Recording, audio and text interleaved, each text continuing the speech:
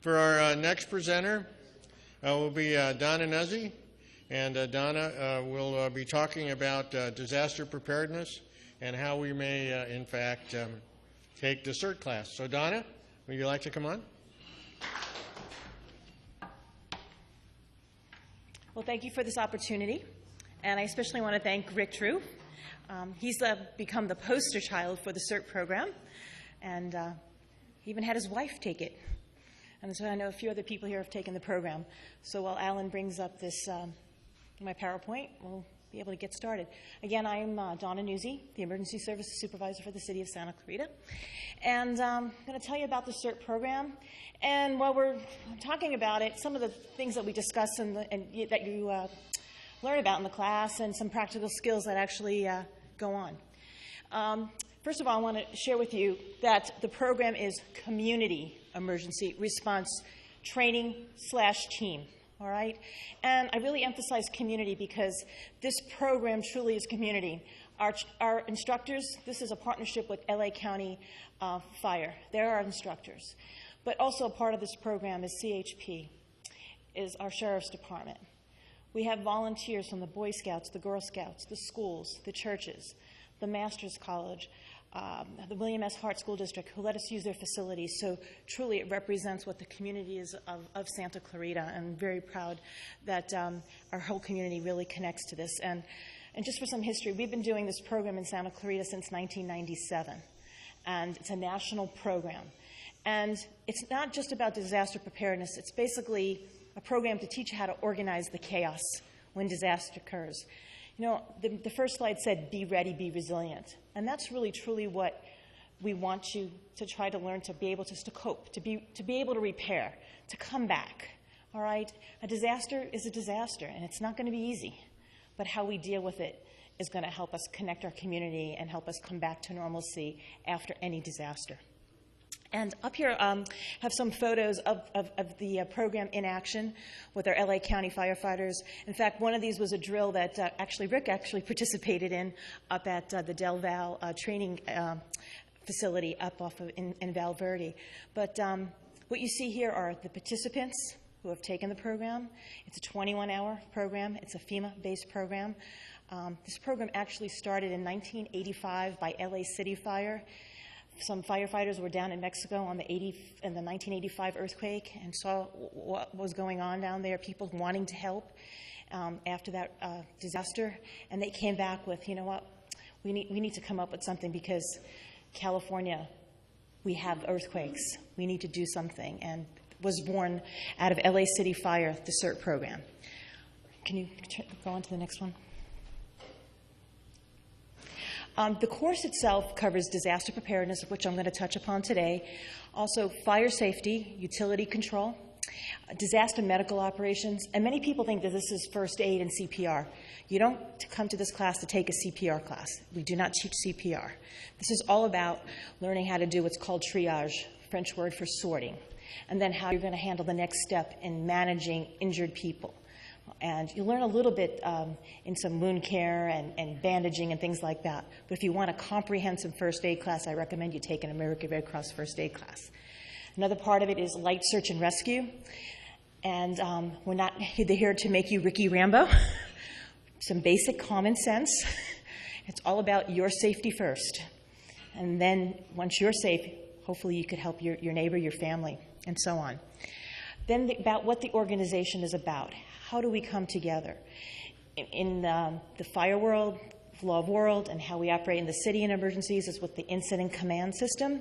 This is what we teach everyone, the hierarchy of how we're going to operate together and coordinate.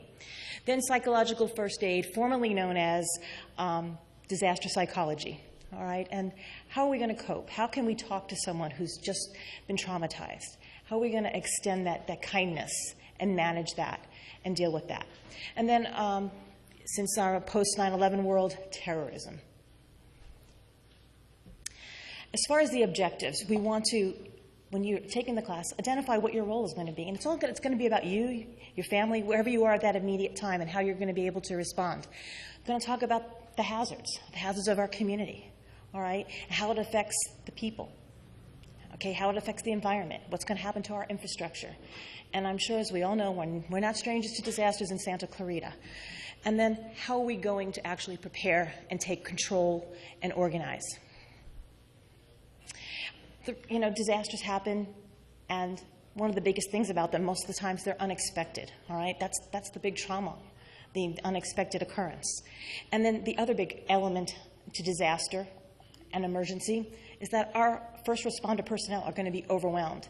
So that's where the training in the CERT program is going to help fill some of that gap, to help that person basically stand on their own and be able to move on. And ultimately, to get the lives of people, to keep them out of danger. Familiar here, Santa Clarita, the buckwheat fire, it was mentioned by Mauricio. And what is it, 38,000 acres burned? All right, that was quite a significant adventure and disaster in our valley. Some people were severely injured and damaged. I think we lost 7 homes within the city of Santa Clarita, but about 21 within the Los Angeles County area in total. The other photo there is actually San Francisco Road, and now, many of you have driven that. It's been repaved and widened and very safe. And I always find that very interesting because I remember the '94 earthquake. I didn't work for the city of Santa Clarita. I commuted to the San Fernando Valley, and I relied on all the canyon roads to get around. All right, and now in that disaster in 2005, the winter storms wiped out part of Bouquet Canyon and obviously San Francisco Canyon. So part of the message in the CERT program is, make sure you have alternatives. Redundancy is very, very important, not only for your disaster supplies, but your transportation, looking at it. Many of us go home the same way all the time. Those of us that live in a master plan community, maybe the cul-de-sac, you go the one way down the street. Or how you're going to get out of the Santa Clarita Valley. A lot of people that I talk to don't realize, that how they can go out 126 and connect over to Simi Valley through, Moore Park. So these are the things that we want to raise awareness in the program. Thank you, Alan. Disaster, those 2 pictures before were the natural disaster. We had our man-made disaster not too long ago, too, in 2007. That was quite a double-header weekend. One weekend, this, and then the I-5 tunnel closure, and then the buckwheat fire. But, then no matter what, whether it's man-made, natural disaster, when we start to lose our resources and we start to get impacted, our resources get overwhelmed, people are evacuated, that's a disaster, no matter whatever way it's going to affect us, natural or man-made. And how many of us remember this infamous picture? I think many people here in this room suffered much out of the effects out of the Northridge earthquake. That picture on the bottom is actually Balboa Boulevard, up in flames with the gas mains there. But again, when I look at this, I had a commute every day, and I remember that road. And so again, we have to look at our transportation systems and what are our alternatives. I mean, out of the Northridge earthquake was born our Metrolink stations. So one thing about what happens, we have a lot of good opportunities in Santa Clarita due to hazard mitigation funds that come after disasters to help fill the gaps. And the Metrolink stations have obviously been a great, valuable resource to our community. When disaster strikes, why are we teaching this? You hear the word, be prepared for 72 hours. Well, our first responders have a priority, and they can't be everywhere. If you look at the population of our city, and then let alone the Santa Clarita Valley, all right, and then the number of fire stations we have, the number of firefighters at those stations, there's an imbalance, okay? So we need you to be prepared. Our first responders are going to be out there doing assessing the severity of what's going on and then prioritizing, triaging what they're going to do next. And their ultimate goal is to do the greatest good for the greatest number. And that's also the motto of and mantra of the CERT program. Some of the questions that I'm going to pose to you and what we pose in the class is, where will you meet your family members? Many people don't have a family reunification. A lot of us many people work outside this valley. What's going to happen? Your children are at school and you're down there. Have you had this discussion? Do you have an out-of-state contact? Do you have another place to stay? Yeah, shelters go up, but it's all driven by the type of disaster, the location, things like that, and the availability. Do you know what it is to shelter in place? Do you have an escape plan at home? How about at your office? All right? How have you ever thought about it when you sat in the movie theater? Do you know your alternate routes in and out of the Santa Clarita Valley? What does it mean to really go north and go somewhere else? What does it mean when you go out the 14? Where are you going to go? All right? Do you have transportation? All right? And are you keeping that gas tank half filled? Can everybody say they do that? All right, I see hands. That makes me happy. And do you practice your plan? Edith. That's not Archie Bunker's Edith for those of you. It's some of the things that we talk about. Exit drills in the home. Typically in your home, in every room, there's 2 ways to get out. Those 2 ways, the window and the door, right? In a 2-story home. That's a big jump in a 2-story home. What's your game plan? And have you rehearsed that? I know people that have those ladders. Have you ever practiced it? It's a little dicey, but once you practice it, you feel more confident. Do you have a family meeting place? Again, the out-of-state contact, the smoke alarms. We always talk about that the 2 times of the year, right? In the fall when the clock is going back, and then in the spring, you know, a lot of talking about it. You're checking those batteries. You're supposed to be doing it every month, but we beg for the twice a year, all right? Do you have that disaster supply kit? Alan, the next one. This infamous picture of the disaster supply kit. I mean, think about that. I know a lot of people say they have it, but then have you looked at it recently? Have you checked the expiration dates on the water? How about those batteries? I know a lot of people keep the flashlights in the car. In this heat, oh, not good. But anyway, something to consider if you haven't really made that effort. Water, boy, it was perfect with Mauricio being here. Water. Water is key. Water is king. All right? 1 gallon per day per person. Minimum, we're looking at 5 to 7 days. In a post-Katrina world, we learned so much that 3 days is not enough. And I know a lot of us that have lived in the Santa Clarita Valley during the 94 earthquake, everybody thinks that Anheuser-Busch is going to come up with the bottles of water again. I hope they are. But catastrophically speaking, if the lowest San Andreas goes, the 7.8 that we do the drop, cover, and hold shakeout drill on, you know, that Southern California is going to be affected. Okay, that's a lot of people. That's not just the San Fernando Valley and Santa Clarita, all right? So get that water stored, rotate it out. You know, I've got my 55-gallon drum, and my neighbors all crack up when I go and empty it out and I change it. I do it once a year. I should probably do it every 6 months. But it's quite the feat, but I do it because I want that water, all right? It's a little bit of effort. And I always tell people, you know what? You have a home, you got to pay your insurance. You got a car, you got to pay your insurance. This is what your supply kit is, your little bit of insurance to get you by. And lastly, let's not forget our loved ones, our pets, all right? Very, very important. And again, these are some of the things that in the program we're talking about, and we ask people a lot about their best practices and things that they do, and I'm not going to read that list of supplies. You've probably seen it. And I want to think in the perfect world that everyone in here says, I've got everything right there in my home, and I've got the car kit, and I've got something in my office. You know, I hope for that, and I want to keep that good energy out there. So if you haven't, start now and start slowly. You know, in the back I've got a bunch of handouts there, and I hope you take them. And one of them is a calendar, a weekly calendar. And I think so much of disaster preparedness, people get overwhelmed. It's a long list. I got to deal with that long list. Well, you can chip away at it, all right? And you set your priority. Another part of the program is talking about how can you reduce the hazards in your home. And you've heard of this a lot, you know, from the earthquake side of that. Store the heavy objects low, strap your water heater, move your beds away from windows, watch for projectiles that are going to come on your, onto you when you're sleeping, overhead lights, things like that. Keep the shoes under the bed, tennis shoes, the flashlight. You've heard this before. I mean, these are simple mitigation activities that you should be doing in your home and also in your place of work. How many of you have this behind a TV set? I hope not. All right, we want to avoid that, the octopus behind the TV set or the computers and the printers. We talk a lot about utility control in the CERT program, and we want to look to do what's right, all right? And so, You know, when you have a surge protector, you know, look at what it could, how much wattage it could take, the ampage. You know, just because you have it and you have all these things plugged into it doesn't mean it's going to be effective when you need it. All right, so again, things we talk about. This next photo is really someone's garage.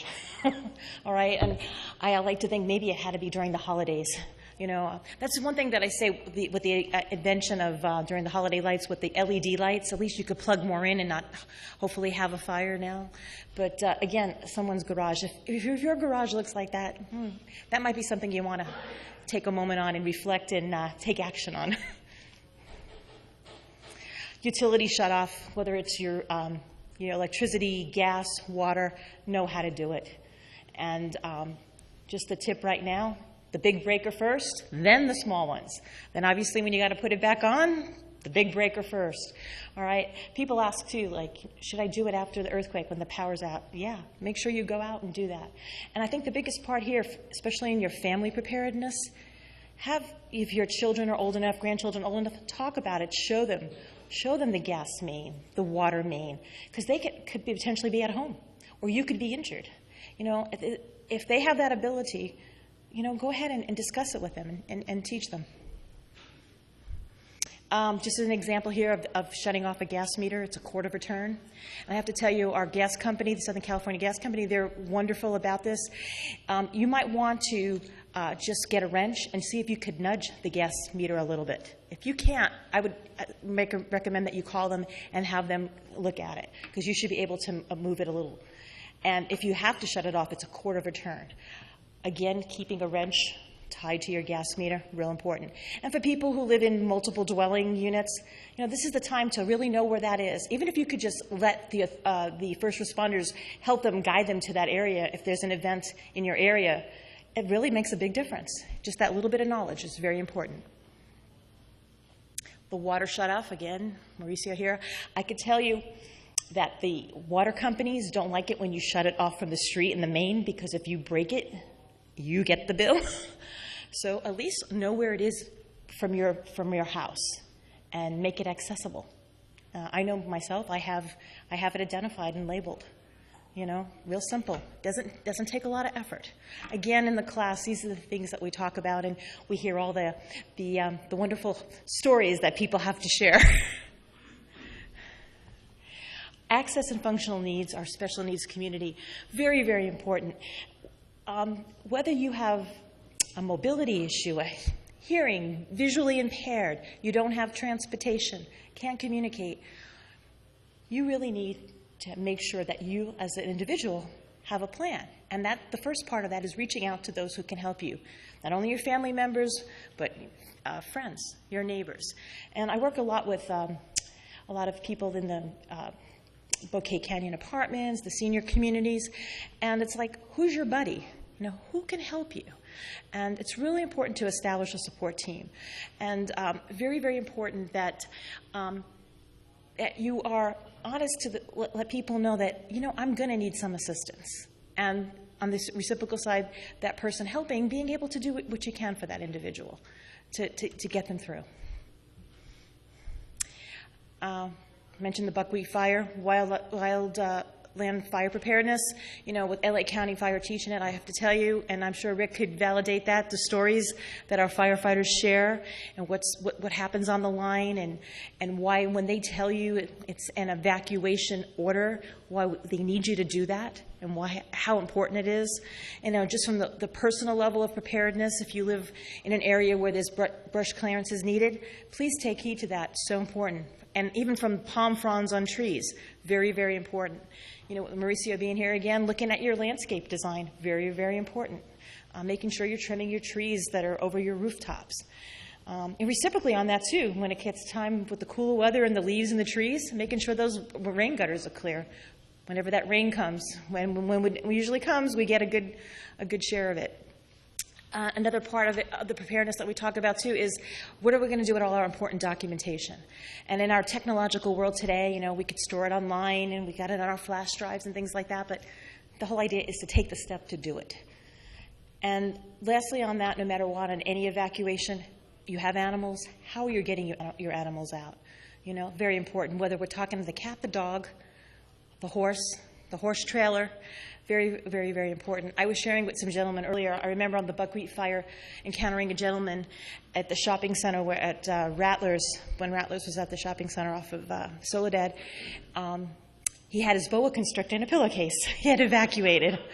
But, kudos to him. That was his way. That boa constrictor meant something to him. And he put it in a pillowcase, Didn't take much to do, but that was his plan, and kudos. Before I talked about exit drills in the home, Edith, look at your home. How are you going to evacuate out? This is things that we talk about. 72-hour financial kit. Basically, you got to have some cash on hand. When the power goes out, those ATMs aren't working, and we're all driven by that ATM machine. I know people laugh. Sometimes they say, oh, have an extra credit card on hand, empty. Well, if you can, it's a great goal to have, and good thing to have, because with emergencies comes the need to make purchases. Many times it could be plastic, it could be wood, to shore up your home, the windows or things like that. Important things that could come up because it is unexpected. So again, and decide what's important with your documents. I know from a personal standpoint, when my dad passed away, I didn't realize how much the death certificate was in all types of documentation, having that on hand, a death certificate. So look at your life and the documents that are related to it, and make sure you have your copies, whether you put them online, on a CD, have them, because then when you have to get out, you've got that with you in advance. And I also want to say your insurance policies, too. Read your policies. It's so, so very important. And understand the exclusions. And understand what the inclusions are, and know if you what you're going to get out of your policy. I mean, it's just so important. So many people get shortchanged when disaster hits, and then they're in shock to realize that they don't have that coverage. And if they had just read the policy and looked at the updates, very, very important. I mentioned pet preparedness. We're actually having a workshop on the 24th at the Valencia Library. I hope you all could attend.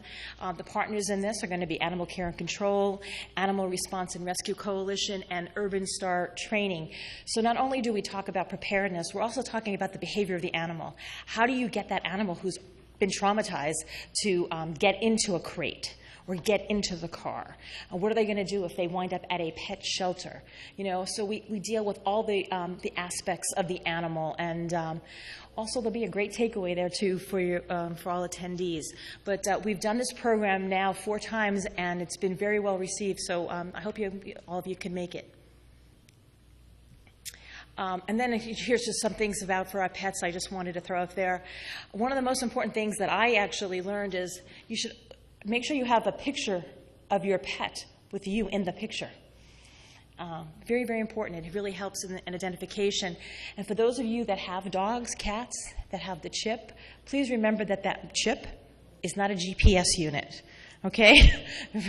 People think that, oh, that chip, my dog will be located, my cat will be located. No, it's to identify your animal, not to locate it. So please take heed to that. Coming up in October, I mentioned this, the San Andreas Fault, the 7.8. That's a part of a big study that was done on the San Andreas, and a statewide drill that happens now called the Great Shakeout. It's been going on since 2007. They do it the 3rd Thursday of October, and we usually do it around the same time. So this year it's 10/17 on October 17th. And the whole message of it is the behavior of drop, cover, hold on. We live with earthquakes. We don't want to run out of buildings. We want to just reinforce the behavior. So it's a statewide drill for basically 2 minutes to drop, cover, and hold on. So ask you all to embrace that. We actually have our mayor go out every year on the radio and do the countdown and through KHTS. So you might hear that on the radio if you're driving. So again, the CERT program is 21 hours. I mean, I could be here for 21 hours going over everything. I just wanted to give you a flavor of some of the things. But in these pictures that you see right here, these are Boy Scouts and Girl Scouts that come, and they come as injured survivors. And it's been a wonderful partnership. And one of the wonderful things that I love is at the end we do this disaster simulation. And there's these kids who've never really talked in front of people. At the end, we're asking them to debrief, and they're standing in front of a whole bunch of adults talking about how they were treated. And so I look at it from another aspect of it's such a give and take with our community members. So our next class starts on September 7th and 14th and 21st. We're doing this on 3 Saturdays at the Activity Center. I just checked the registration. We still have about 15 spots open right now, so if you're interested, go on the seasons and you could register for the program. So I leave you with this from a personal preparedness standpoint. Create your family plan, implement it, and practice it. And then I want to just ask you all to take this little personal moment to yourself and think, in the next 24 hours, starting right now, what one thing could you do to enhance your personal level of preparedness? Maybe it means you're going to go sign up for the class when you get home, go on the internet, or maybe on your way home you're going to go buy an extra bottle of water. I want it to be something simple, but I want you to take action and do it, because you make that commitment, you will do it. And I thank you for the opportunity. Any questions?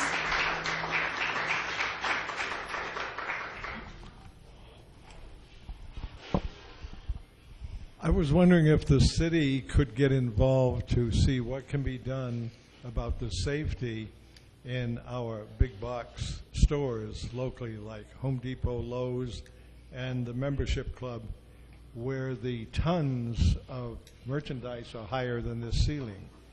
And when you have an earthquake and the public's in there, or even the employees, they won't need medical help. They'll need the coroner. They will be hamburger. I'm talking about tons and tons coming down, and there's no way to keep it up there. No, you bring up a good point. I know that they do their best they do some pretty significant securing. One of the things that we tell people, if you're on an aisle, we tell people to dive into the shelves, that you will have a better chance because you have a void space created. If I'm in there, I look, but some of them are full. You don't have a place to go. Yeah. And so that's bad. No, the other item I wanted to mention, because you touched on it, the forest fire. A lot of the public are not aware that our fire departments are just refusing to put it out. They have the equipment to put it out.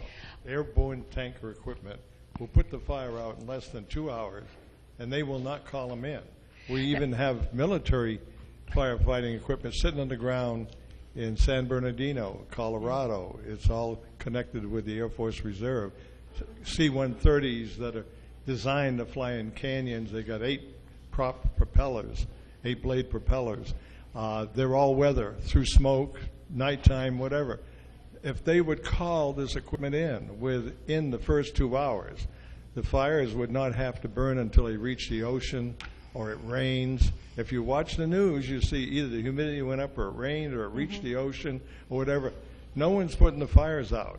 Now, our supervisor, Mr. Antonovich, called for a congressional investigation 3 years ago, and through Congressman Adam Schiff from San Gabriel, they had this congressional meeting at a federal court house in Pasadena. My wife and I attended. It was a 4-hour meeting.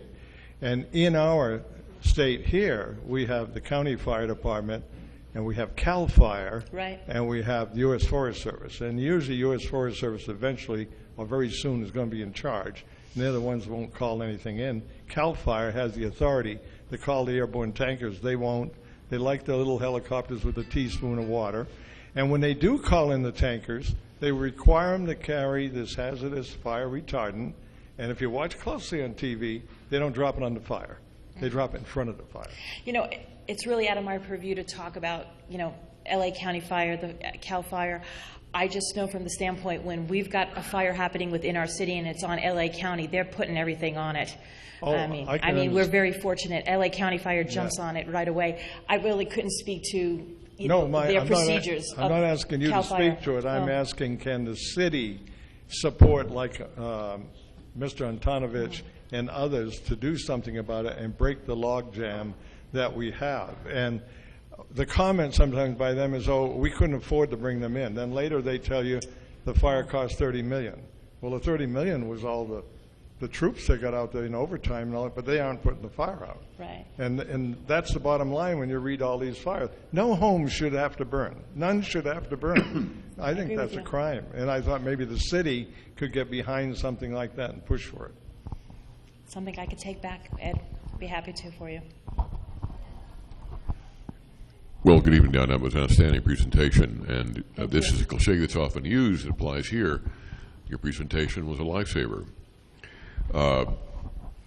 Outstanding. But, you know, I'm reminded, after the '94 quake, the Home Depot on Soledad was a store, and all their inventory was stacked because of the shaking of the quake pretty much in the aisles. And it is correct. Anybody who would have been standing in the aisle would have been killed. And there is a technical solution that is just moderately expensive, not unendurably so, where those high vertical shelves are tied into additional beams in the ceiling, so they're not allowed to rock back and forth. Right. And then secondarily, just chain link barriers above, you know, the knee level in or maybe chest level in the store, where all the heavy items and even boxes of vitamins that weigh 90 pounds will kill you if they hit you on your head. So the chain link gate system, combined with attaching the shelves to the ceiling, would protect people when a quake begins. And frankly, unless you really get training on site diving into the underneath part of the shelves, unless the shelves are have space available, Canada won't save your life. But to conclude, perhaps an agenda item for an ordinance by the city requiring by date certain that these retail environments that have this hazard implement this safety program that candidly would not be really an unendurable expense, particularly if you were to look at the cost of liability. If you want to put a dollar value on someone's life or someone being catastrophically injured in a quake that could have been prevented, it'll be actually a money saver. So again, ask the council to put it on the agenda. Something to take back. And it's not just Santa Clarita. I mean, look at the entire state of California. Oh, no question. But it would be Santa Clarita could take the lead on the issue in some cases again, as it has in the past. Just a quick question about what the city is doing as far as disaster preparedness. We only have one hospital, and I believe we're now the 4th largest city and 3rd largest city. And we have one hospital that only has one entrance and one exit. I fortunately live very close to it. But what about the rest of the city, and what are the plans for the city along that line? I, like you, we have one hospital, and we have multiple urgent care facilities in Santa Clarita. The hospital is what's called a disaster resource center. They have an amazing program there to respond, not only caches of medical equipment and medications. It's there, and they also actually lead the charge for 11 other hospitals in the metropolitan area of the San Fernando Valley too.